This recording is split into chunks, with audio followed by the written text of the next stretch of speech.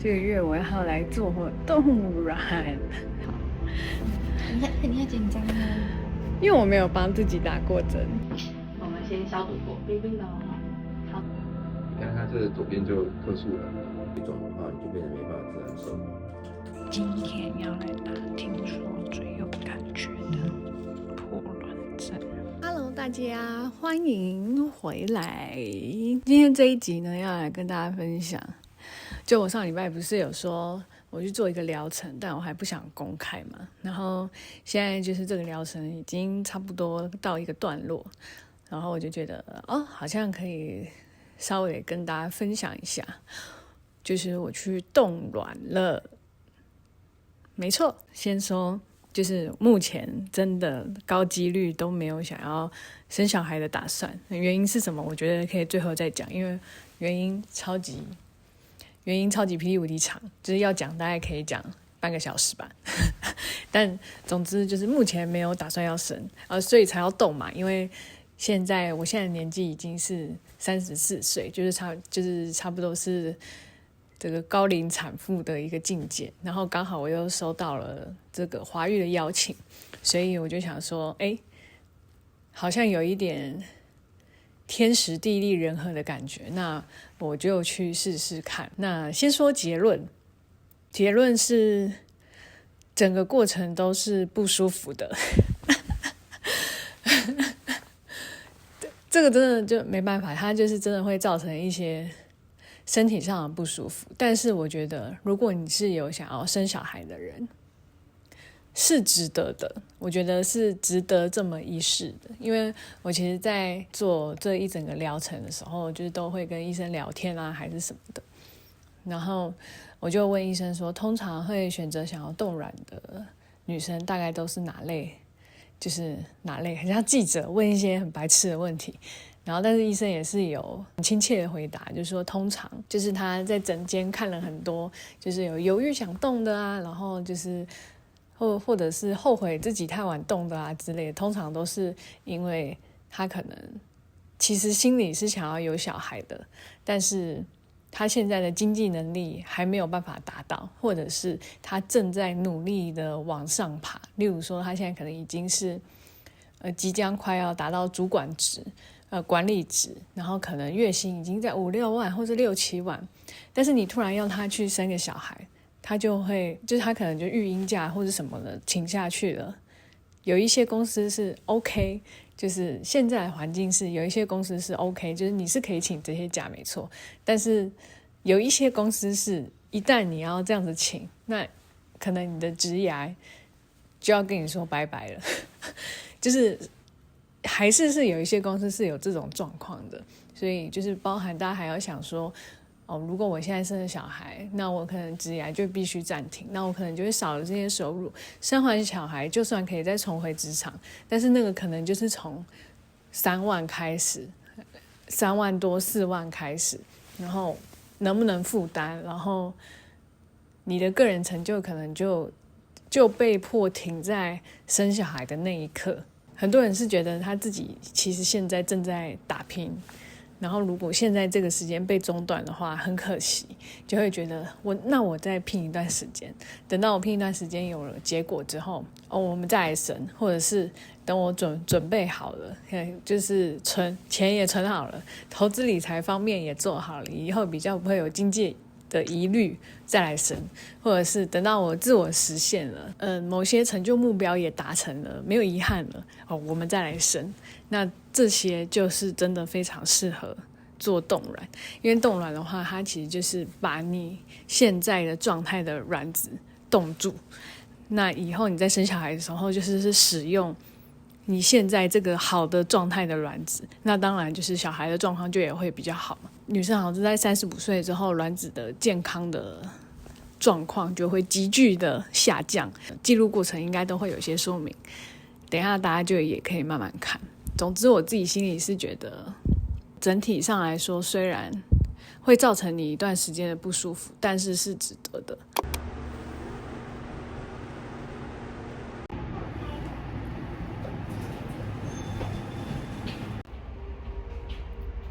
今天非常的早就出门了，今天大概8点多起床，9点多出门，然后我们来到华玉。这个月有一点可怕，但是我觉得是可以体验看看的一个人生的行程。这个月我要来做冻卵，没错，非常感谢华玉生殖医学中心的邀请。其实我自己本身是目前对于生小孩是完全没有想法的。对，大家可能就会想说，我来看几年后又来可以打你的脸。但是目前的话是真的比较没有想法一点。可是因为最近都有做那个 AMH 的检测嘛，然后就是好像是有我的那个数值是比较不好一点，所以他其实就有建议我说，不然可以给自己留一点后路，然后可以先来冻卵冻起来。先休息。从今天开始就不能运动了吗？因为你今天开始要打排卵针，建议不要。我今天可以吗？今天刚好有一堂瑜伽课。等一下问一下医生。因为就是因为他打排卵针是会让你的卵好长的，然后尽量不要让神经扭转啊，或者是跳啊。你有没有看那个影后？我看了2次。影后里面他那个就是打排卵针。他的淤青超多的耶，会淤青。正常不太会。他可能是因为做很多次，但正常。然后是每天，然后固定时间打。好，对，好。你很紧张哦。因为我没有帮自己打过针。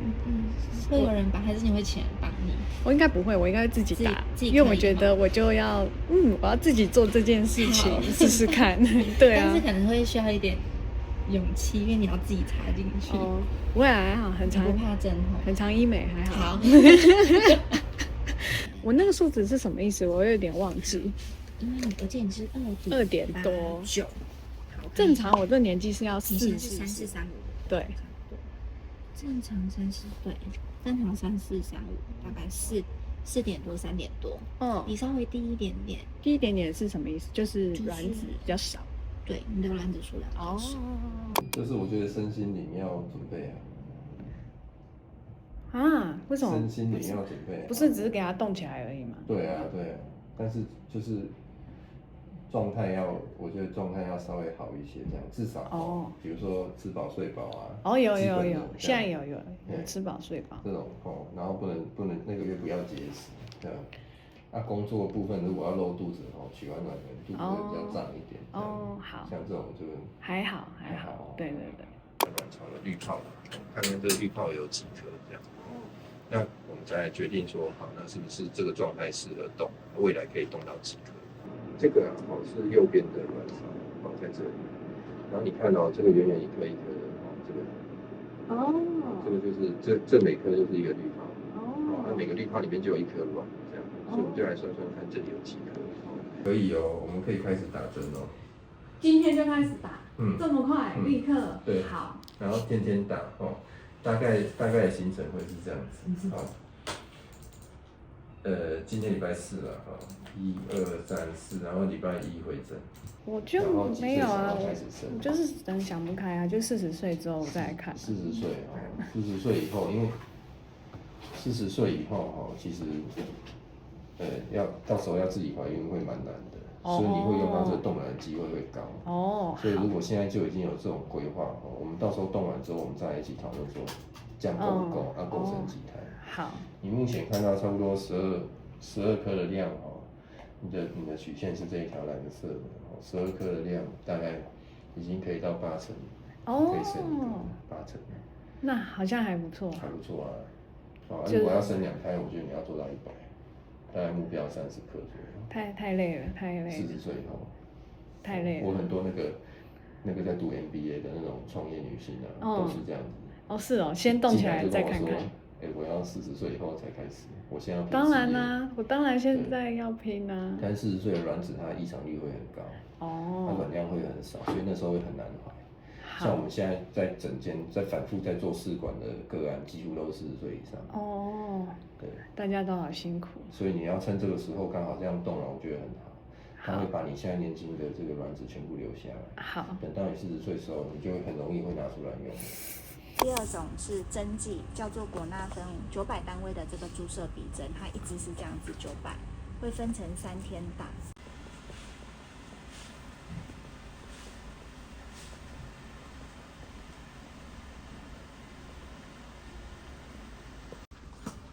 那我跟您说一下，那我们的话呢，就是一盒的话，我们的话前面的话，今天的话是打这个900的，那么就是300转到底，然后后面的话就是225转到底这样子。好，那我们就是每一盒的话有写几天，就是打几天这样。那我们这一盒的话就是打3天。好，就盖子打开。打开之后呢，我们的话都有附这个酒精棉片给你哦。好，那我们就是拿一个酒精棉片消毒过，开始转到底，转紧就 OK 了。然后这个就可以打开300。哦，好智慧哦。对啊，然后我跟你说，这个是可逆的，因为我们转超过了，所以我们可以再转回来一点，我们可以再转回来300。好，它是可逆的。我们先消毒过，冰冰的哦，消毒过。好，一开始可以先，我们就把刚刚消毒过的地方捏起来。好 ，OK， 好，深呼吸，就这样子而已。哦，好。然后我们就慢慢的，没有那么痛。对。好，给你。然后如果说你发现说有流血，就继续压；没流血，其实就可以不用压。哦，好。对对对，然后其实我们打完，有时候肚子都还是会有淤青，是正常的，看到不要吓到。好。那我们就今天打这边，明天就打另外一个地方。好。就这样，这边3只手指。对，三指内这样子。今天是我打针剂的第2天，然后因为今天我在搬家，所以长得很狼狈。虽然是第2天，但是蚊子，但是是自己打的第1天。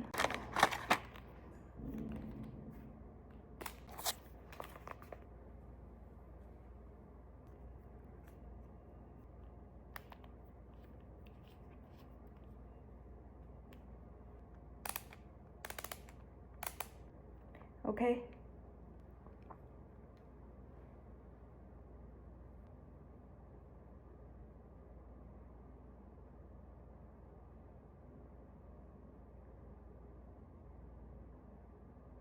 其实不痛哎，还好，觉得没什么特别的感觉。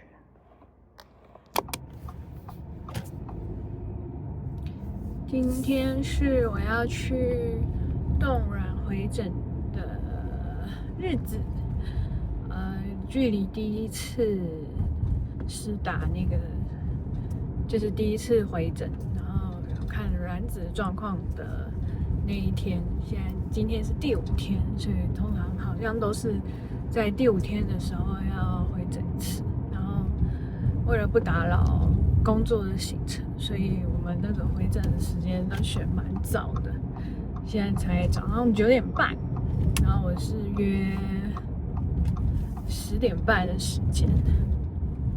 通常大家都是什么时候开始有感觉的？最后的破卵针会比较痛。哦，那中间比较多人是因为怕自己打针。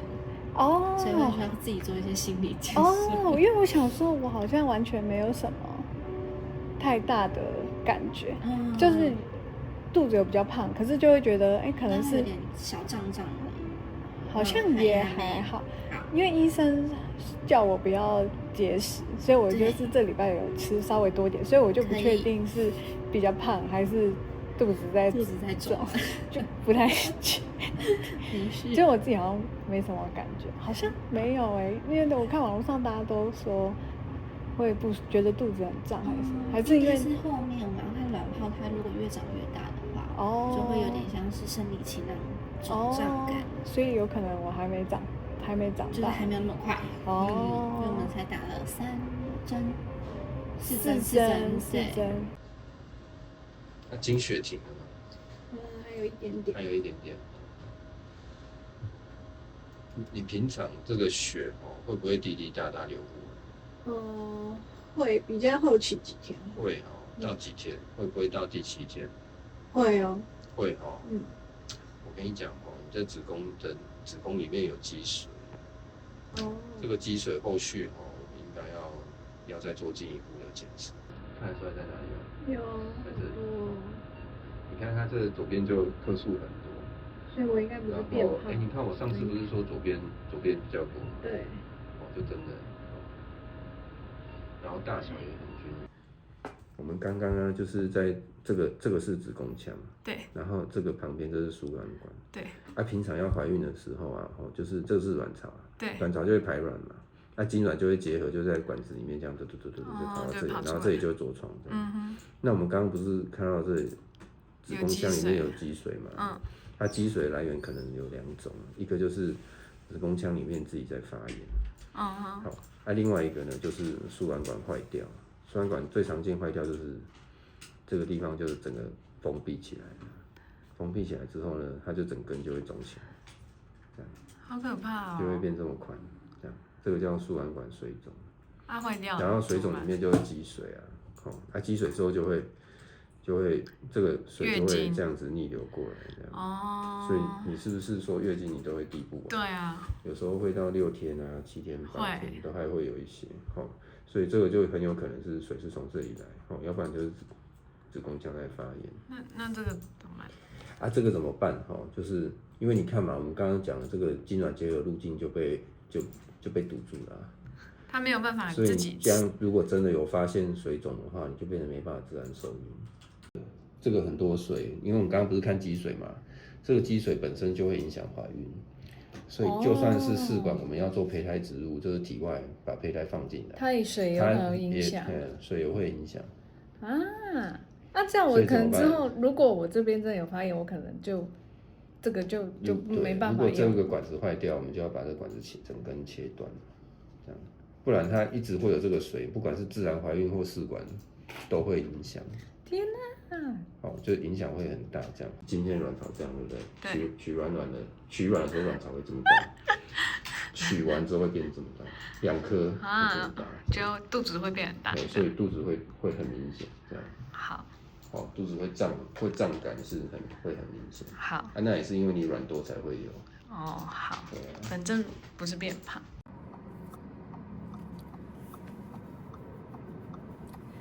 刚刚听完医生讲的之后，突然觉得压力瞬间超大，不知道是什么问题。虽然只是好像听起来很简单的积水状态，但其实好像影响蛮多的。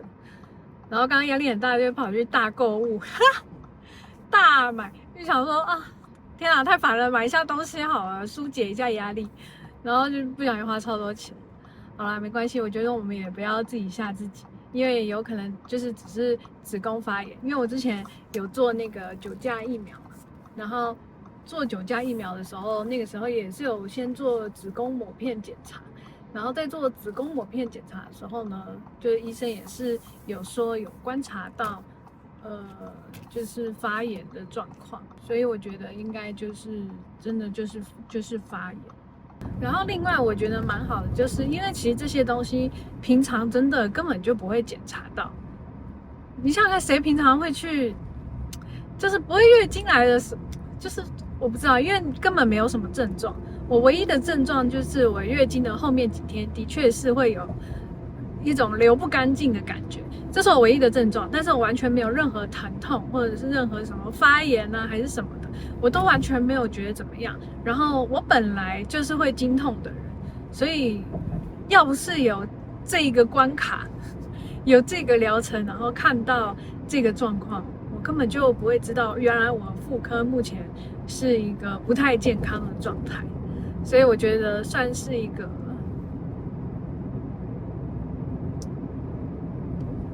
我觉得算是好的一面嘛，就是让你在就是情况还不明显或者是不严重的状况下，然后发现自己的身体，其实是需要注意的。我觉得这个算是就是在这一整个流程里面，让我觉得就是蛮庆幸的地方。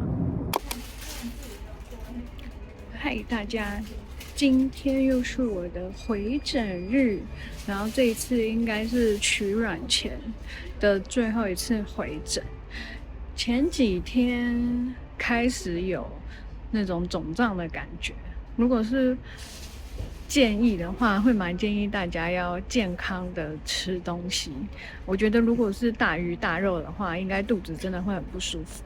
可是因为我前几天都待在家里，然后自己煮，吃的蛮健康的，所以虽然在打药之后肚子有那种肿胀的感觉，真的蛮肿的，然后你肚子会变蛮大的。可是如果你有好好吃蛋白质，然后有健康吃东西的话，睡醒就是状况就会好很多。所以就有不舒适，但是就一些没有说非常严重，所以我觉得可能是吃东西的部分要特别注意。很多哈，是不是跟上次不一样的？对啊，差很多。也变太大颗了，这样才对啊。像这一颗就开始要成熟，然后呢，后面这几颗也都还。再打了几天。那这样有可能会延后取吗？还是什么？对，我觉得应该是。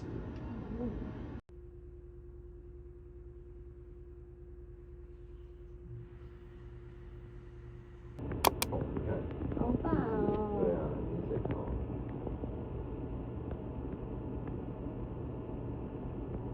多好。那么大。对啊，就是要这样子啊，而且卵算多的，我觉得这样很好，小度比较大，好看的那一种。哦，你看像这都挤得满满的哦，这种都是已经是成熟的地方。所以是我明天一次要打3支。好。打3支其实也是怕说你的那个排卵讯号交不起。哦。因为有的人打个1、2支就交不起来，那个卵都取到量都会。比如说我们现在看20颗，对不对？有时候都只能取到一半而已。哦，是哦。所以我们其实传统破卵针的效果很好。你如果说20颗都要拿得到，那一定是打传统破卵针。好。但是，我是觉得不要让你那么不舒服。好。可是量上面可能就不会有我们看到的那么多。好。没关系，舒服就好了。因为会很不舒服。那3针是怎么打？就是等一下教你打也是打肚皮。今天要来打，听说最有感觉的破卵针。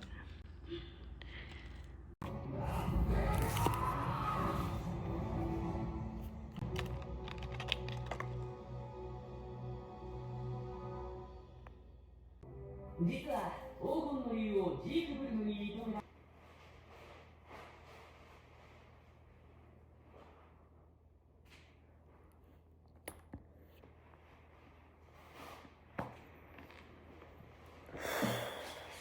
真的很辛苦，这一整个过程真的是非常辛苦的。我觉得尤其最辛苦的地方是在你会在不知不觉中有很负担的情绪变化，然后这个情绪变化你当下都没有办法缓解，然后你也不知道该如何缓解，你只能拼命的让你跟你自己说，好，你要冷静，你现在就是不要去做什么会让你情绪起伏很大的事情，就因为你的情绪会很糟糕，然后你会有一阵子你的肚子会非常的胀，然后胀到就是连睡觉都会不是很舒服。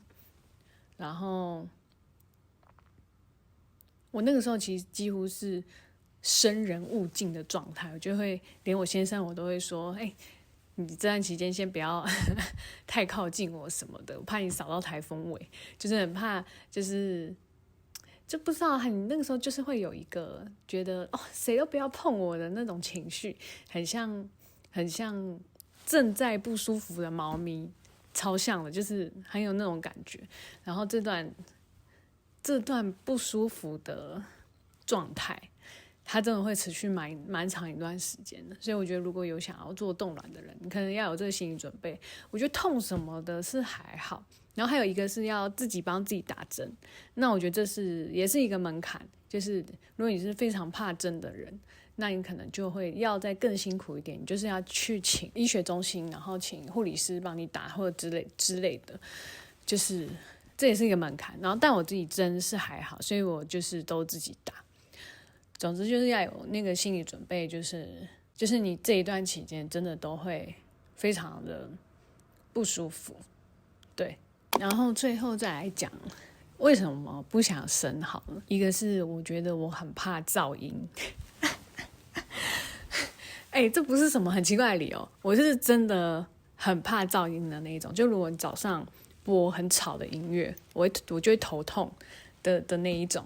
然后就是我早上的闹钟也不能用太，就有一些人的闹钟可能是很警示音很强的，就是很直接给你很像新世纪福音战士，然后要出场的那种超级紧张的那种音乐，或者是警铃声，我是完全不行。我起床完全不能用这种音乐，我起床只能用那种很慢很慢，然后它慢慢的会渐渐的变得稍微有一点大声，然后用那种很舒服的方式叫你起床，我只能用这个方式起床，就是其他的方式我就是全部都会头痛，我就会直接头痛。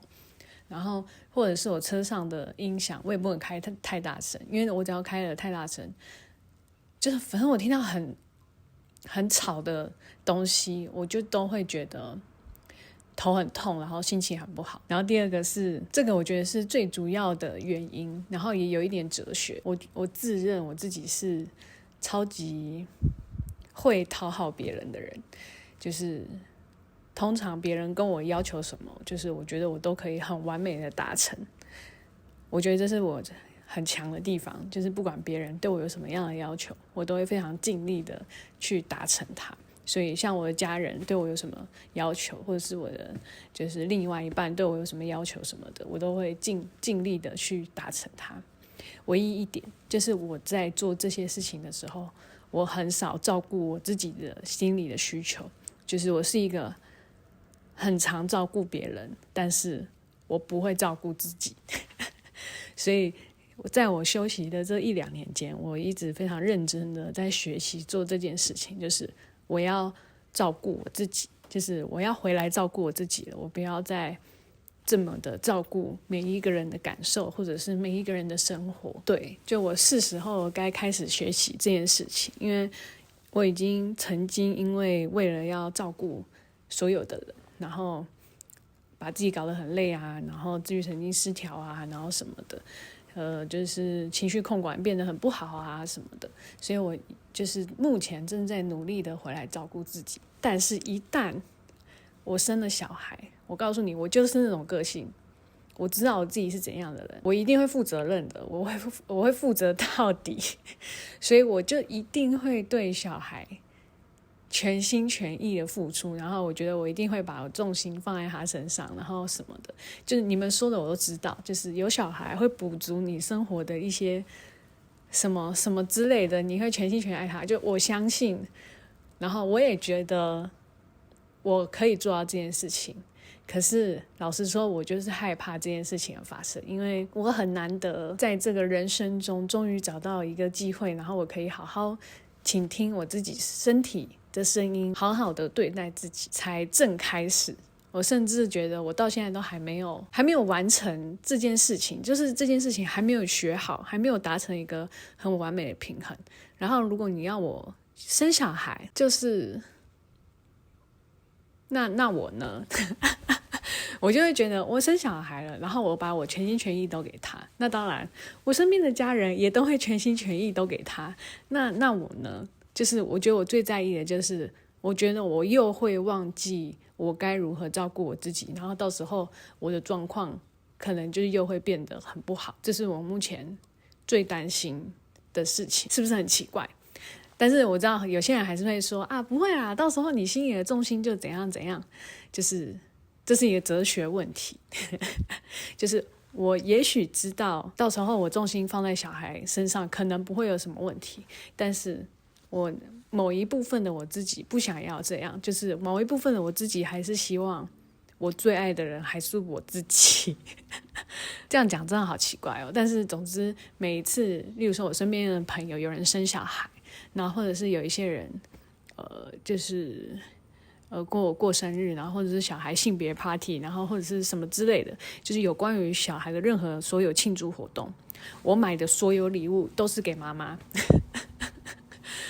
我从来不买送给小朋友的礼物。不是我觉得小朋友不值得庆祝还是怎样的，是我觉得妈妈真的太辛苦了，然后在所有人的焦点都放在小孩的时候，我不确定大家有没有好好的关注妈妈的需求，然后跟妈妈是否会觉得为什么大家都这么喜欢小孩，就是那我呢，我可能也需要一点鼓励，然后跟一点大家的关心之类的。我不知道，我都很容易替妈妈紧张，因为我都觉得如果是我的话，我一定会有产后忧郁症。我觉得我绝对是会有产后忧郁症的人，对我来说这件事情是很可怕的。对，所以我都会尽量的希望在庆祝小朋友们的这些东西的时候，妈妈们也都可以获得一些被照顾的感觉。我自己觉得是这样，是不是很荒谬？好，但这个我觉得就是我目前都还不想生小孩的原因。然后我自己也觉得这件事情蛮值得分享的原因，是因为好像还是有很多女生会很有压力，就会觉得说可能自己需要生一个小孩，或者是怎么样的，或者是会觉得心里不敢有这种想法。没关系的 ，OK 的，好不好？我觉得想不想生小孩就是自己的选择，当然就是选择把重心放到小孩身上的妈妈们都很棒，但是选择好好照顾自己的你也很棒。人生不一定要怎么样嘛，对不对？像我之前就是在实况上就是情绪很糟的那个样子，虽然好像当时真的赚了很多钱啊，然后好像成就很好啊，还是什么的，但我自己现在觉得这样子看起来那种极端的状况其实也不是我最想要的东西，可以让自己感觉舒服才是最重要的。那当然就是想生的，就是也是真的鼓励，然后加油，也觉得同时觉得很辛苦。然后如果还很犹豫的，那这冻卵的这个选项就可以试试看，但是就是要做好，就是这一段期间身体都会不太舒服的准备，这样子。那不想生也不要有压力，我们就好好的过日子，就也可以很开心。对，就是投资理财也要做好，然后为自己的未来做准备。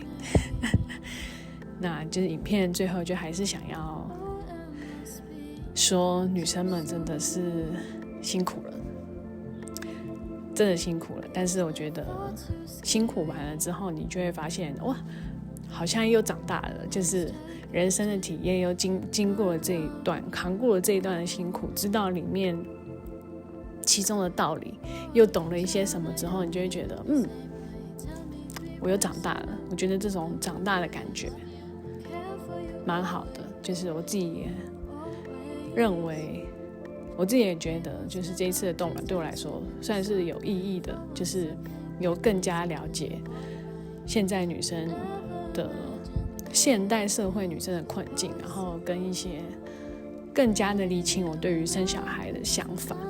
好啦，差不多就是这个礼拜的分享。如果你喜欢的话，记得帮我按赞、订阅，然后或者是留个言。我非常的想要拍日常的影片，但不知道为什么，就是这几周就是很多题材，但下一支应该就会是，就是都是那种很有主题性的影片。其实我不太喜欢拍主题性的影片，希望我们下一支影片开始就会是日常的影片，就可以好好的跟大家分享我们日常，拜托了。那我们就下支影片再见喽，大家拜拜。